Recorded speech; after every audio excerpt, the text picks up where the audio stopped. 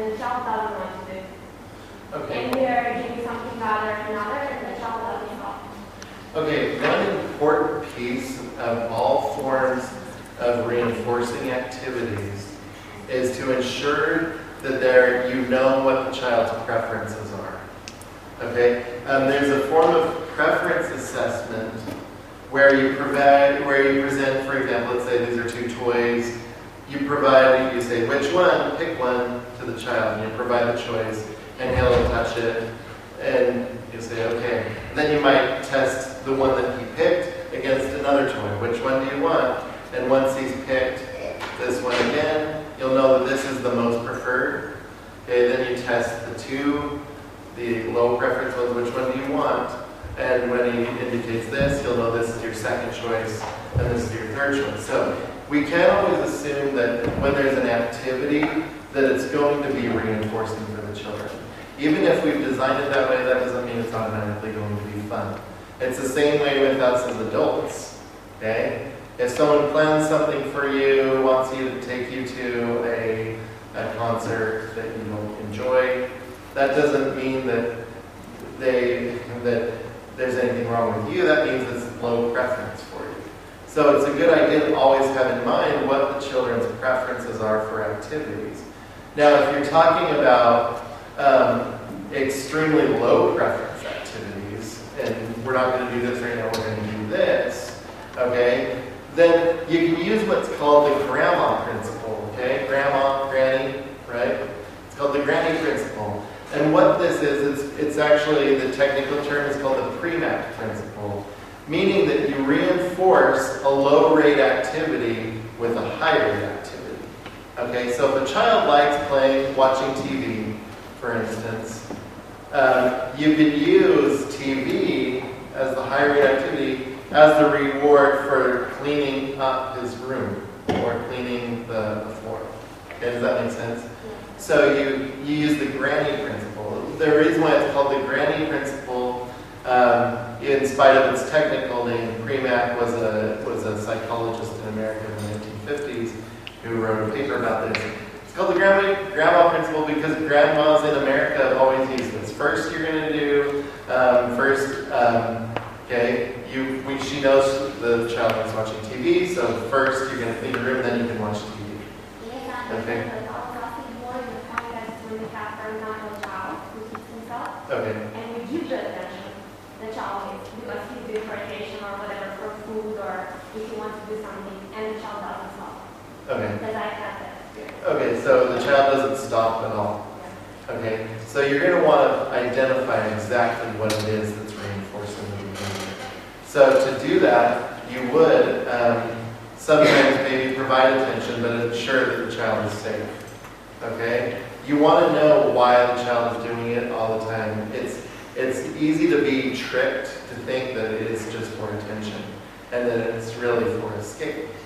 So you might provide means of communication that will allow him to escape activities, to give a break.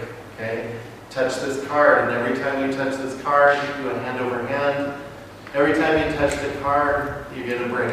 Okay? And then you practice with him. You want to work right now, and when he starts to get upset, grab his hands and say, touch the card and say, oh, break time. Okay? And that's in the beginning. And then slowly, gradually move it to the point that he doesn't have so many opportunities for a break. Does that make sense? Okay. And so those are some things you can try. Now, it's always important to collect some data to know exactly how often the child is doing certain behaviors. You might need to graph it. I was at a school in Bosnia a year or two ago where every wall had every child's graph. It's showing what they were doing, what percent accuracy they're reading, how many answers how many questions they're answering, how many times they're doing bad behaviors, so that you can watch your data. You can watch your graph and say, he's not improving, or he's really improving with what we're doing right now. He's stopping this behavior, so let's stay the course and keep doing this intervention or this treatment. So it's always important to make data-based decisions and let data be your guide for what you do versus just really just kind of thinking about it and saying, I think he's doing better, because he may not be doing better. Or I don't think he's doing good at all, but if you can show the data saying, yes, he is, he's not doing this behavior that he was doing all the time anymore. Okay? Дали покрај бихевиорални тераписки методи и пристапи кои што ги изменуваат за да го коригираат однесувањето на предизвикувачкото однесување кај децата со аутизам. Дали покрај тоа вклучувате во известни моменти кога сметате дека е нужно и медикаментозна терапија, бидејќи во моето искуство кажува дека во известни случаи тоа е наистина неопходно. И имавме конкретен таков случај кој е случај во мојата линија, кој што беше премногу агресивен, понудили деца, бидејќи училиштето првенствено треба да представува средина која што е сигурна и безбедна. Ние потребивме долго време убедување, консултации и советување со родителите. Тука јавно се заблагодарувам на стручниот тим и на поддршката од директорката во моето училиште и издействувавме со долги преговори, мачна работа, да родителите однесат детето на детски психијатар кој што советуваше медикаментозна терапија. Која откако е вклучена, навистина има напредок во смисла тој е посмирен и во едно коригиране на неговото однесување, не има агресивни испади, а истовремено се подобрени неговите академски вештини. Значи, сега имаме значаен напредок во овие неколку месечни период. Но, прашањето ми е, истовремено имаме голем проблем со други родители кои што не лесно прифаќаат медикаментозна терапија, дури се и крајно категорични во смисла да ја одбиваат исто.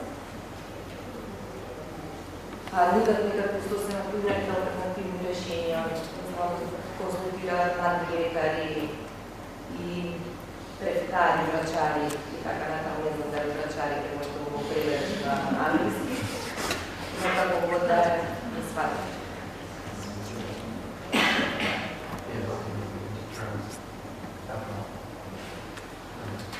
Okay, so that's a real challenge, even including the same thing in America. One of the things is, though, we have to be really careful with drugs, because what happens is they can be effective for a time, and then a few months into it, the dosage may need to increase, or the side effects may increase. Okay, and then the child might start getting diarrhea every day, or something, and then they have to do something to treat that problem, and that problem, and that problem. The people who do use pharmacological treatments effectively also combine it with therapy. Okay, so behavior therapy in mind, so that eventually we can fade out the medication altogether. Because so many children with autism, for instance, have anxiety disorders. Anxiety is prevalent in 80% or more of children with autism spectrum disorder. And those do make children have a harder time behaving. That's more of a setting event, okay? Rooting it back in what I'm talking about. But that isn't a cure-all all the time. Just because the behavior may stop for a time and we might get it under control, we have to be really careful about, okay, so what other drugs are we going to have to introduce to counteract the effects of the first drug? And so it's important at all times to pair the two together. You have to have the behavior piece in addition to the medication piece, if you're going to use medication at all. In the United States, in my experience, maybe half of the children with autism are on antidepressants or on SSRIs to decrease anxiety. But most parents that are also doing that, doing those drugs, are also have their children in therapy as well. So, and they just take what they call, there's a kind of expression, it takes the edge off, and it helps them focus more in the therapy and makes the therapy sometimes be more effective, but not always. So there's always needs to be caution. So I wouldn't want to be in the business personally in my profession of telling parents they should use drugs and they shouldn't. It's more important to work with them to discuss what's best for their child. And as I said about data can always be more effective if parents can see how their child is behaving and not improving, which will help them look for more answers to their questions. Does that make sense? And I'm not saying I want to become a drug dealer and have every parent start to put their kids on different drugs, but there are a lot of challenges to that. So that's a very hard question. Okay. Yes. Само да се надоврзам на колегата Кафен, одлично е тоа што сте направили и превентивното преди деца е задължително медикаментична под антидепресивна терапия и така натаму. Оно што треба веројатно ние да работиме на сензибилизација на родителите, оние кои што го одбиваат тоа, ние како здружение и како професионалци мораме некако да најдеме начин да ги убедиме дека мора да си помогат себе си на своето дете и да ја земат таа терапија. Бидејќи колку и да сакат и изменуваат без таа терапија нема да може. Значи во основата во третманот на аутизмот е прво медикаментозна терапија за да се подготви за бихевиорална терапија, тоа што треба колегата Хансен и други специјалисти за бихевиорална терапија.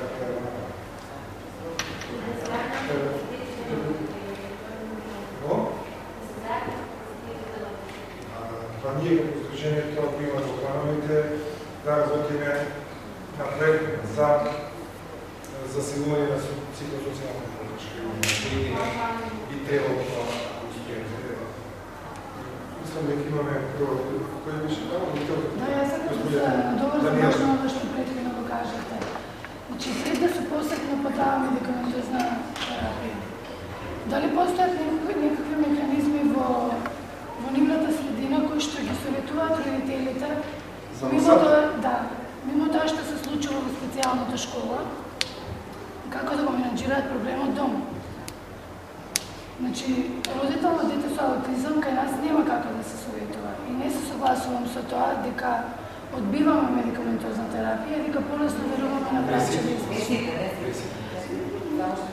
Како и да е, значи, пред да се посегне по таа терапија, дали постојат воопшто некакви механизми кои што можат на родителот да го помогнат? Конкретно во случај, во првиот пример што го наведе господјата, познавам многу родители што многу успешно го решиле тоа. Со временски, со просторни рамки и слично, ама се едуцирале од своји извори. А мислам дека местото Златан Сремец или било кое друго такво специјално училиште треба да нуди една таква соодветна едукација на родителите. Затоа што до сега тоа го правиме само иницијативно и многу успешно.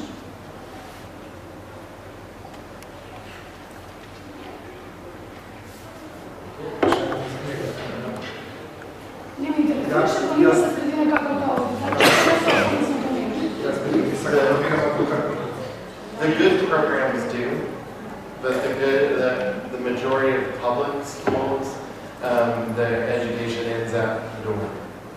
Okay, does that make sense? So parents sometimes don't interact with teachers, and teachers don't interact with parents a lot. So, but very strong programs, which are fairly rare even in the United States, do have parent education built into the programming for the children.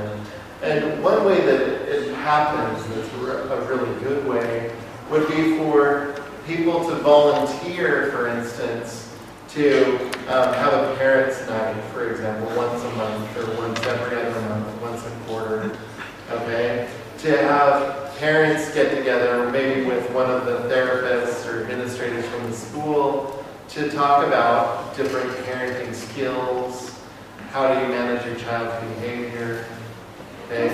But it has to be on a volunteer basis altogether, without pay. Because it's the same thing.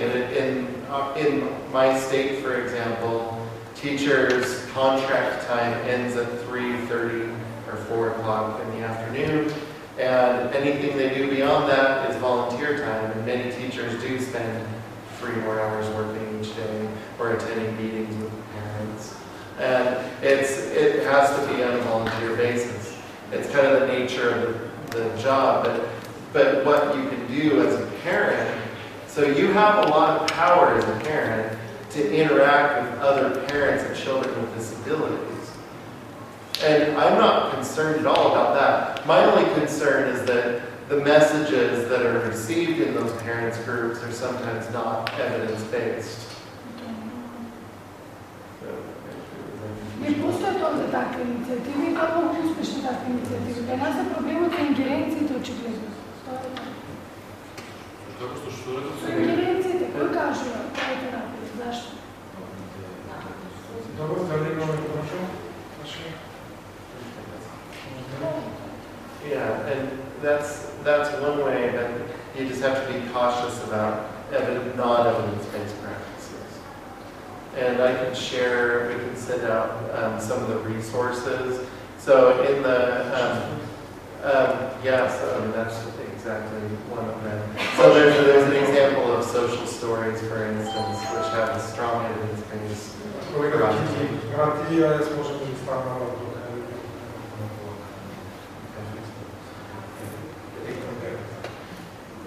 Oh, yeah, that's it. Yes, I want to say that 1 year ago I was mentioning ABA, two-day training. So, here in Skopje? Yes, no, in Batavia, it was part of our project.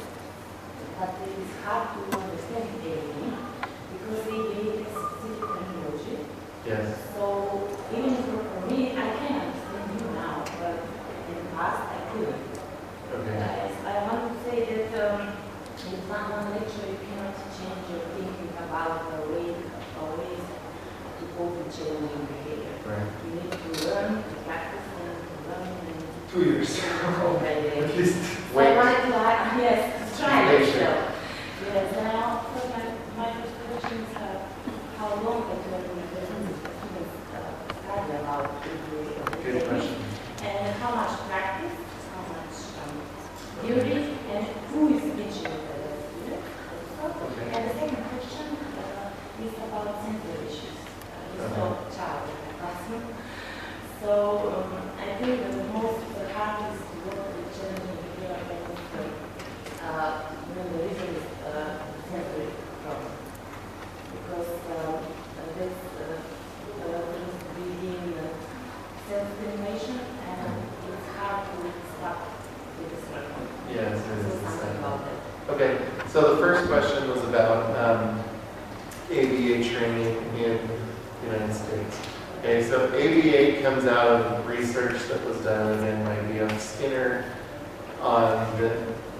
in laboratory settings with animals, identifying these principles. And with that came a lot of terminology that is very confusing. However, the Behavior Analysis Certification Board, the BACD, and what I should do is just write down anything I talk about on paper and you guys just distribute it to anyone. They have translated a bunch of different glossaries in many different languages now. I don't know if Serbian has been approved yet. There's a Greek one. There's a lot of people down in Greece doing EBA right now. Croatia. Oh, yeah, there might be. Yeah, there might be a Serbian and Croatian version. Our training that was with the ABA, they were from Greece, Okay. and they had a really big problem with translator. We needed 2 days to translate the language.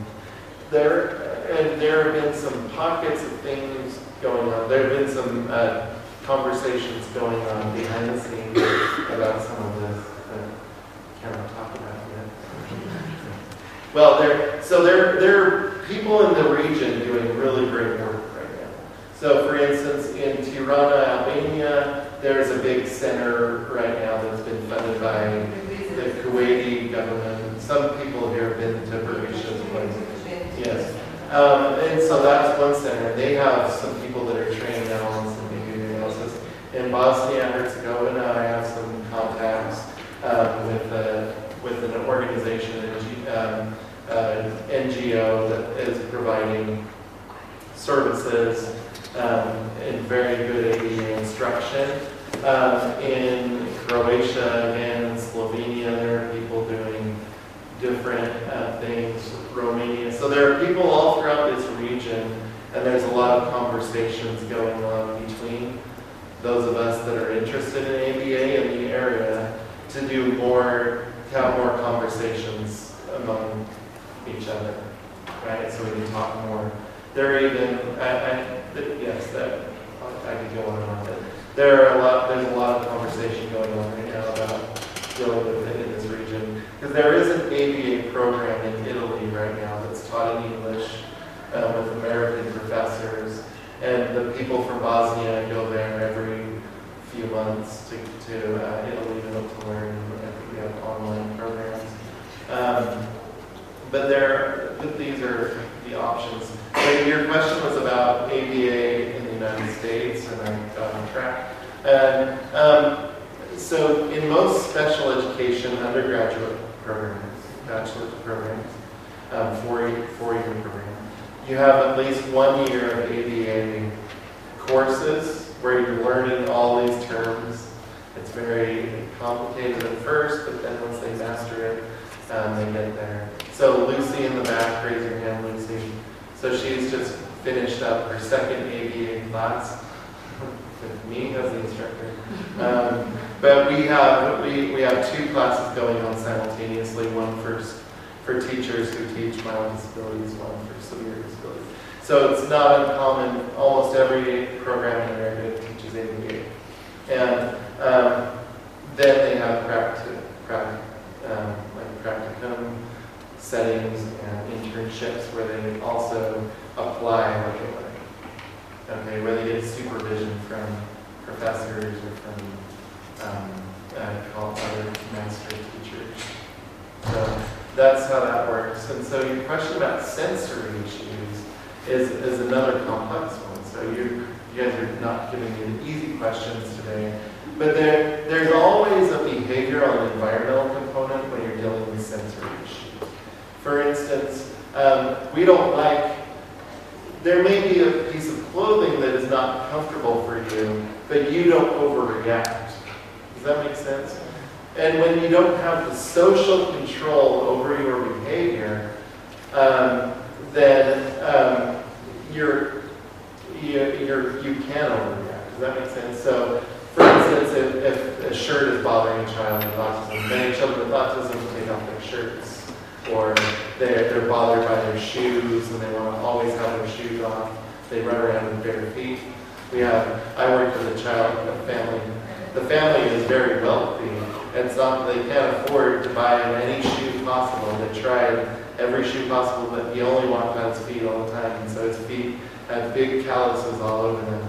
And so that's that issue. So even though normal and typically developing people have things that bug them sensory-wise, that doesn't mean we have the social control not to do that. Does that make sense? But children with autism do not, or children with developmental disabilities don't have that social control. What you can do is teach that through social skills instruction for higher functioning kids. And then for lower functioning kids, addressing some of those sensory needs, providing access, ensuring that they're comfortable depending on what it is. And then also looking at it as there's poor social control here, there's also poor sensory issues. And it's harder to deal with sensory issues, but we can always deal with social control and teach socially appropriate behavior in spite of the sensory issues. Okay?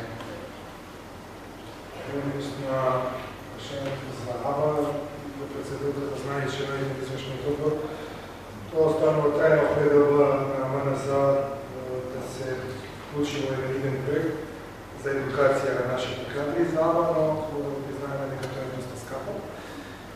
Дека тешко ќе оди со буквално карти за световиот на едукацијата, дека мора и нашите колеги делат собствените средства дека да можат. И како ќе видиме, јас сум благоветен тоа дека во следните години, иако и до сега се видува, Продължаваме с останалото гледате тази на утвърдната ли онки може да направи нещо. Мисля, че не иде проект. Толкова за това, едната, дали има колежка Змитерска? All this is really promising, and of course, every program works differently in different cultural contexts. Absolutely. So That's true. also the acceptedness of the program from the side of the teachers, from the parents, from the side of the parents, again, peer group, the huge problems with bullying. I'm saying, even though it's very promising, maybe we should also a little bit adapt it to our cultural setting. This is part of the reason. The reason why ABA is in Macedonia, or even it's not even very extensive in Greece, even though Greece might have the most representation of it here in this area, or maybe Croatia. It's because in Europe in general didn't adopt ABA as a system until recently. Even in the United Kingdom, ABA is the programs in ABA in the United Kingdom are not in Oxford and Cambridge. They're in Wales. They're outside. They're not at the best universities in America, including in America. In fact, I will say that there are not people doing ABA at Harvard, for instance. It's at other universities, but it's kicking off. Columbia University, which is another Ivy League university, does have an ABA program and track. But my point is that ABA has come on as a profession very quickly, even in America. That in the last 5 years even, we've seen it grow immensely. And that growth hasn't happened as quickly in Europe in general. So in Germany, there are very few people doing ABA. In France, very few ABA. And it's partly the cultural values. In France, they tend to be a lot more kind of psychodynamic, as we would say, and much more focused on development and things like that, which are all great. But now that there are programs like the Early Start Denver model that blend development and ABA, that's where the power is right now. That's why that program is starting to move forward a lot more. But your problems here are similar to everywhere else in Europe in general, that there is very limited access to ABA services. There are a few board-certified people in Russia right now, and there's a lot of attention right now. One of my colleagues just arrived in Russia doing some trainings there, and it's starting to become more common here, but that's in Moscow. So we're not talking about the entire country of Russia, which is the biggest country in the world. So it's progressing, but slowly everywhere. There are lots of online resources for learning more about ABA. You can look into the glossaries that the Behavior Analysis Certification Board provides for free. There are some good resources in there. What I want to do is write down, get links to all the resources and descriptions of them to you, and just have you distribute them so you know what's good and what's not. There's resources for evidence-based treatments. So in America, we've reviewed all the research studies and combined them all in what we call a meta-analysis. And we know what works and what doesn't. Okay? And there are some treatments that get used that don't have that evidence base. And in America, for our private health insurance system, we do not have a public health insurance system except for people who are very poor or very old. Everything is private. I have to pay out of pocket for my health insurance. It's from one company, and the CEO of these companies makes $40 million a year, but we have to pay into it. And so those insurance companies are businesses, and a business will not pay for something that doesn't have evidence behind it.